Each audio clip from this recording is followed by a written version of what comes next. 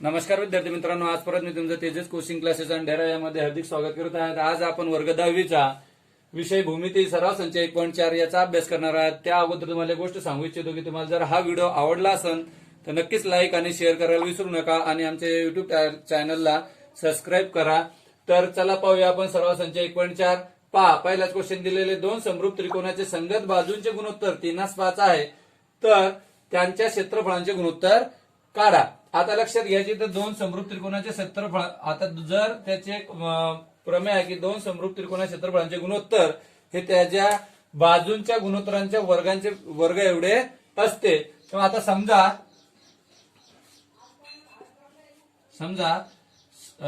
त्रिकोणाचे संगत बाजूंचे गुणोत्तर, समरूप त्रिकोणाचे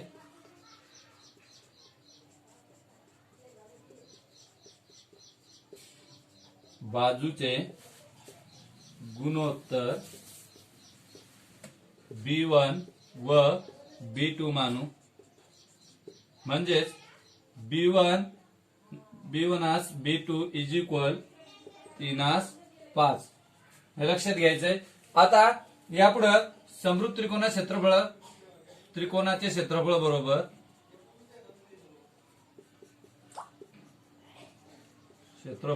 समरूप त्रिकोणाचे क्षेत्रफळ बरोबर B1 अपॉन B2, B1 चा वर्ग भागिले B2 चा वर्ग। लक्षात घ्यायचे समरूप त्रिकोणाचे क्षेत्रफळांचे गुणोत्तर याचे, आणि आता 3 चा वर्ग छेद 5 चा वर्ग बरोबर 3 चा वर्ग 9 आणि 5 चा वर्ग 25। अशा पद्धतीने हा पहिला प्रश्न पाहिला आपण। पहा, याच्यामध्ये समरूप त्रिकोणाचे क्षेत्रफळ B1 वर्ग भागिले B2 वर्ग। कारण काय की दोन समरूप त्रिकोणाच्या क्षेत्रफळांचे गुणोत्तर हे बाजूंच्या वर्गांच्या गुणोत्तर एवढे असते, म्हणून इथं B1 चा वर्ग म्हणजे 3 चा वर्ग आणि 5 चा वर्ग, 3 चा वर्ग 9 व 5 चा वर्ग 25 हे झालं आपल्या समरूप त्रिकोणाचे क्षेत्रफळ 9। तर दुसरा क्वेश्चन दिलेला आहे आपला दुसरा प्रश्न, त्रिकोण एबीसी समरूप त्रिकोण PQR आणि ABPQ बरोबर 2:3, तर खालील चौकटी पूर्ण करायची आहे। आता बा, एरिया ऑफ त्रिकोण एबीसी भागिले एरिया ऑफ त्रिकोण PQR, या ठिकाणी AB चा वर्ग दिलेला आहे पहिल्या बाजूचा, तर या ठिकाणी आपल्याला घ्यायचंय PQ चा वर्ग आणि पुढे दिलेले आपल्याला 2 चा वर्ग भागिले 3 चा वर्ग, 2 चा वर्ग 4 आणि 3 चा वर्ग 9। पहा किती सोपं आहे, झाला अशा पद्धतीने सोडवायचं ते। पहा, आपल्याला तिसरा प्रश्न दिलेला आहे की त्रिकोण एबीसी समरूप त्रिकोण PQR, एरिया ऑफ त्रिकोण एबीसी बरोबर 80, एरिया ऑफ त्रिकोण PQR बरोबर 125, तर खालील चौकटी पूर्ण करायची। आता पहा, चौकटीमध्ये तुम्हाला काय दिलेलं आहे की एरिया ऑफ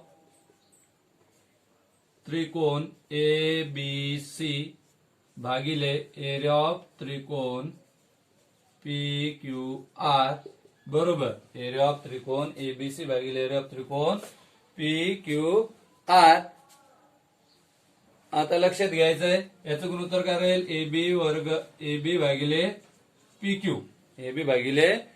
आपल्याला त्या ठिकाणी चौकट दिलेली आहे, म्हणजे AB चा वर्ग भागिले PQ चा वर्ग। आता या ठिकाणी एक चौकट दिलेली आहे आपल्याला, चौकटामध्ये काय लिहायचंय, AB चे 80 भागिले 125 भागिले किती 125। आता इथं AB वर्ग भागिले PQ वर्ग, AB वर्ग बरोबर भागिले PQ वर्ग बरोबर 80 भागिले 125। समरूप त्रिकोणाचे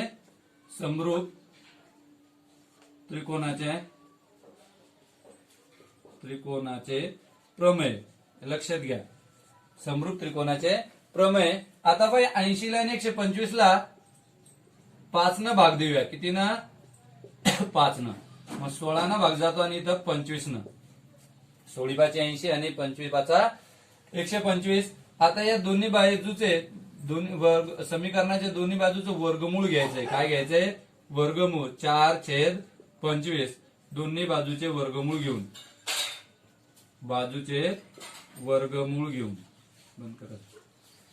पहा, लक्षात घ्या किती सोपं आहे, AB छेद PQ बरोबर 4/5। पहा, चौथा क्वेश्चन दिलेला पुढचा आपल्याला, त्रिकोण LMN समरूप त्रिकोण PQR 9 गुणिले एरिया ऑफ त्रिकोण PQR बरोबर 16 गुणिले एरिया ऑफ त्रिकोण LMN। जर क्यू आर बरोबर 20 तर एम एन ची लांबी काढायची आपल्याला. क्यू आर बरोबर 20 तर एम एन ची लांबी काढायची.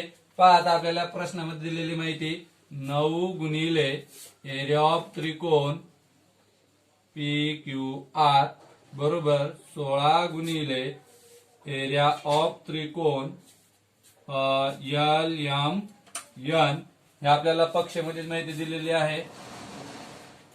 आता यामध्ये लक्ष द्यायचंय परत की काय करायचं या ठिकाणी हा जो पीक्यूआर आहे गुणाकार तिकडे आल्यानंतर भागाकारात होईल आणि हा 16 इकडे आल्यानंतर भागाकारात होईल. ठीक आहे, म्हणजेच आपण याला सरळ करून घेऊ. एरिया ऑफ त्रिकोण एल एम एन भागिले एरिया ऑफ त्रिकोण पी क्यू आर. म्हणजे आपण काय केलं, हा इकडे घेतलेला आहे आणि हा 16 त्याच्याकडे घेतलेला आहे. म्हणजे 9 भागिले 16 9 भागिले 16 अशा पद्धतीने पाहिलेलं आहे. आता त्रिकोण एल एम एन समरूप त्रिकोण पी क्यू आर हे पहा आपल्याला या प्रश्नामध्येच माहिती दिलेली आहे.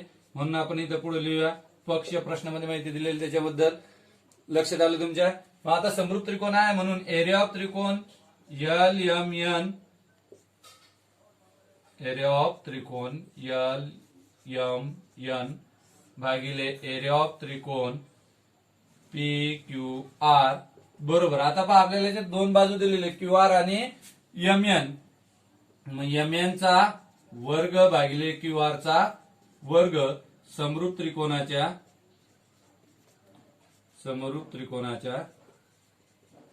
क्षेत्रफळांचे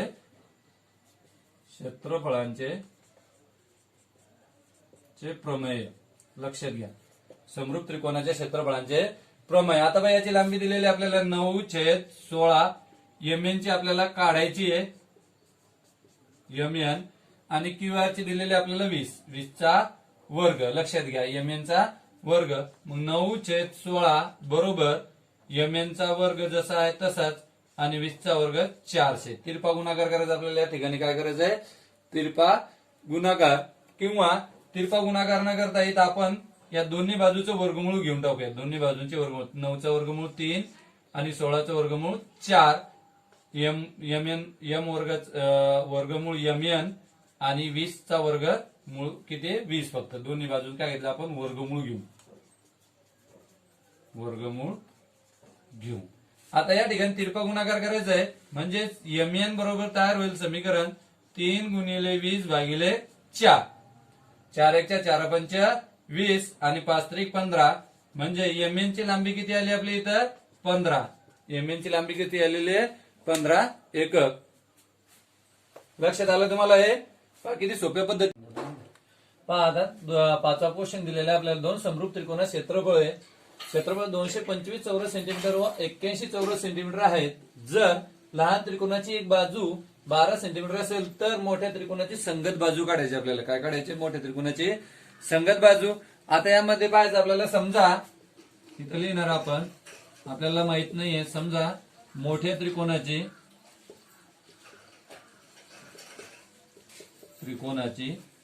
संगत बाजू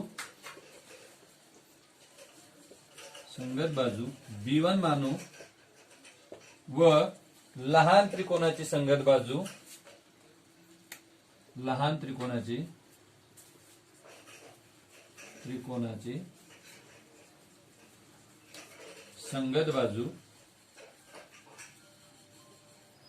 B2 मानू. लक्ष द्यायला समन्वयांच्या. समजा मोठ्या त्रिकोणाची संगत बाजू B1 मानू व लहान त्रिकोणाची संगत बाजू B2 मानू. याच्यानंतर आपल्याला त्यांचे क्षेत्रफळ दिलेले आहे म्हणून मोठ्या त्रिकोणाचे क्षेत्रफळ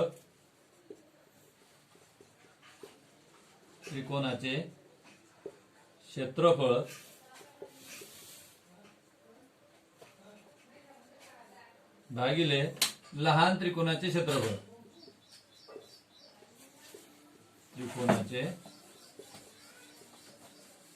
क्षेत्रफळ बरोबर B1 वर्ग भागिले B2 चा वर्ग. B1 चा वर्ग भागिले B2 चा वर्ग. आता B1 आणि B2 आपल्याला दिलेलेच आहे. या ठिकाणी B1 चे दिलेले आहे. एका लहान त्रिकोणाची बाजू दिलेली संगत बाजू दिलेली 12 मोठ्या त्रिकोणाची काढायची आपल्याला. आता पहा, मोठ्या त्रिकोणात क्षेत्रफळ दिलेले आपल्याला 225 आणि लहान त्रिकोणात दिलेले आहे 81 आणि B1 म्हणजे मोठ्या त्रिकोणाची आहे ती आपल्याला जशी आहे तशीच ठेवायची आहे आणि B2 चा वर्ग दिलेला आहे इथं 12चा लहान त्रिकोणाचे क्षेत्रफळ दिलेलं आहे 12. आता या ठिकाणी काय लिहिलं आपण समरूप त्रिकोणाचे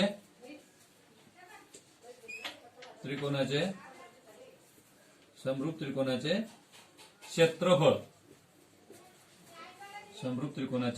क्षेत्रफळ आता लक्षात द्यायचं या ठिकाणी दोन्ही साईडचा आपण वर्गमूळ घेऊया.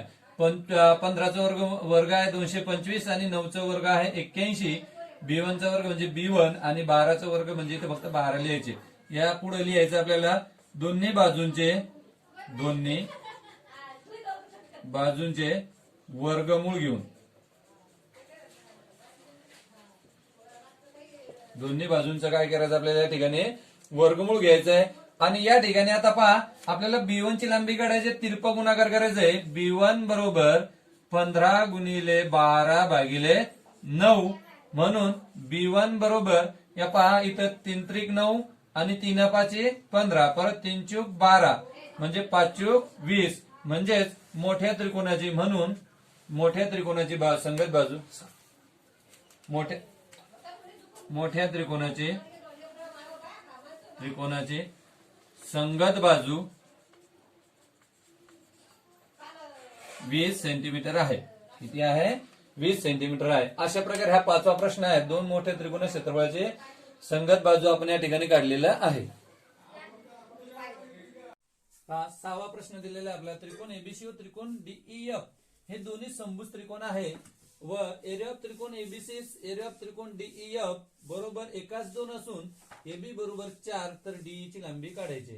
आता एक लक्षात घ्या यामध्ये हे दोन्ही त्रिकोण यामध्ये लिहित असताना लिहायचं आन्सर मध्ये एरिया ऑफ त्रिकोण एबीसी व त्रिकोण डीईएफ मध्ये लक्षात द्या. आता हे दोन्ही समभुज त्रिकोण आहे. समभुज त्रिकोणाचे प्रत्येक कोण हा काटकोन त्रिकोण असतो हे लक्षात घ्या. प्रत्येक कोण हा 60 अंश असते समभुज त्रिकोणामध्ये. म्हणा अँगल ए कॉन्ग्रुएंट अँगल म्हणजे कोण एक एकरूप कोण डी कोण बी एकरूप कोण ई आणि कोण सी एकरूप कोण य प्रत्येकी 60 अंशाचे. प्रत्येकी किती अंशाचे कोण असतात ते 60 अंशाचे कोण प्रत्येकी 60 अंश. आता लक्षात घ्या या ठिकाणी दोन कोण एकरूप आहे तर समरूपतेच्या कोणत्या कसोटीनुसार एकरूप आहे त्रिकोण हे त्रिकोण ए बी सी समरूप त्रिकोण डीईएफ समरूपतेची कोको कसोटी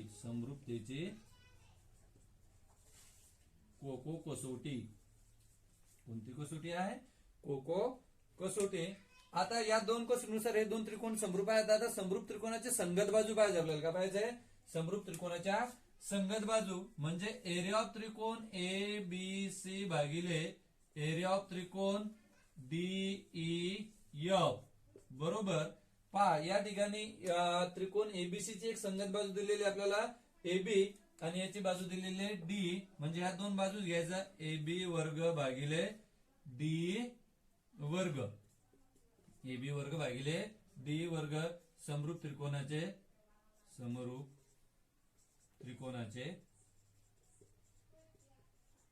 क्षेत्रफळांचे प्रमेय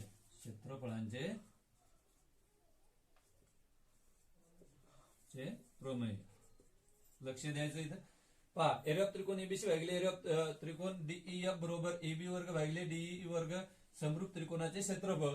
आता या दोन त्रिकोणाचे गुणोत्तर दिलेले आपल्याला एकास 2 एबी चा वर्ग म्हणजे एबी ची बाजू दिलेली आपल्याला 4 चा वर्ग भागिले डीई ची लांबी आपल्याला काढायची डीई चा वर्ग. लक्षात असू द्या. आता या ठिकाणी यांचा वर्ग काढून घ्यायचा आहे 1/2 1/2 बरोबर 4 चा वर्ग 16 आणि डीई चा वर्ग जसा आहे तसं. आता या ठिकाणी काय करायचं आपल्याला यांचा क्रॉस मल्टिप्लिकेशन तिरपा गुणाकार करायचा आहे. डीई चा वर्ग बरोबर 16 गुणिले 2. आता दोन्ही बाजूचं वर्गमूळ घ्यायचंय डीई बरोबर 16 चं वर्गमूळ 4 आणि 2 चं वर्गमुळात 2 या ठिकाणी लिहायचे दोन्ही बाजूंचे वर्गमूळ घेऊन दोन्ही बाजूंचे वर्गमूळ घेऊ अशा पद्धतीनं आपण हा 6वा प्रश्न पाहिलेला आहे. डीई बरोबर 4 वर्गमुळात 2. नंतरचा प्रश्न पहा.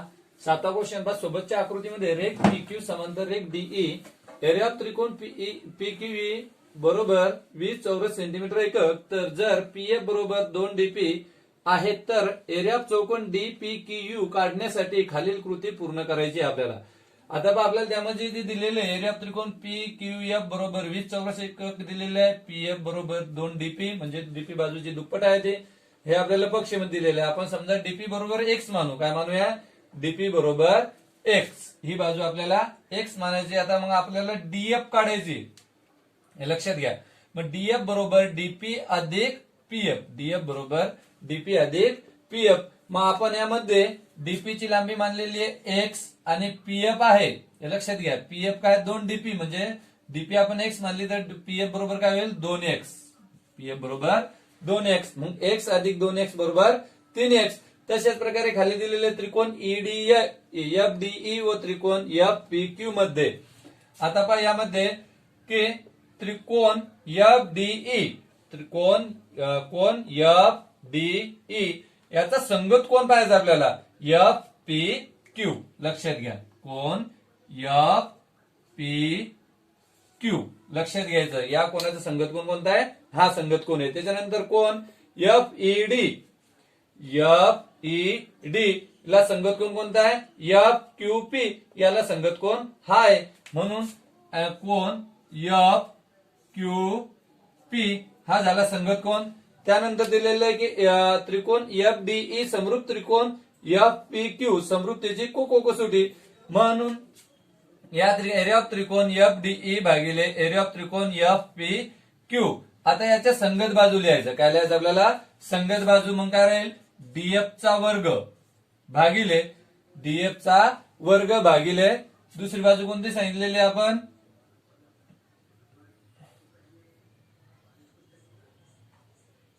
डीएफ चा वर्ग भागिले पीएफ चा वर्ग. लक्षात घ्या.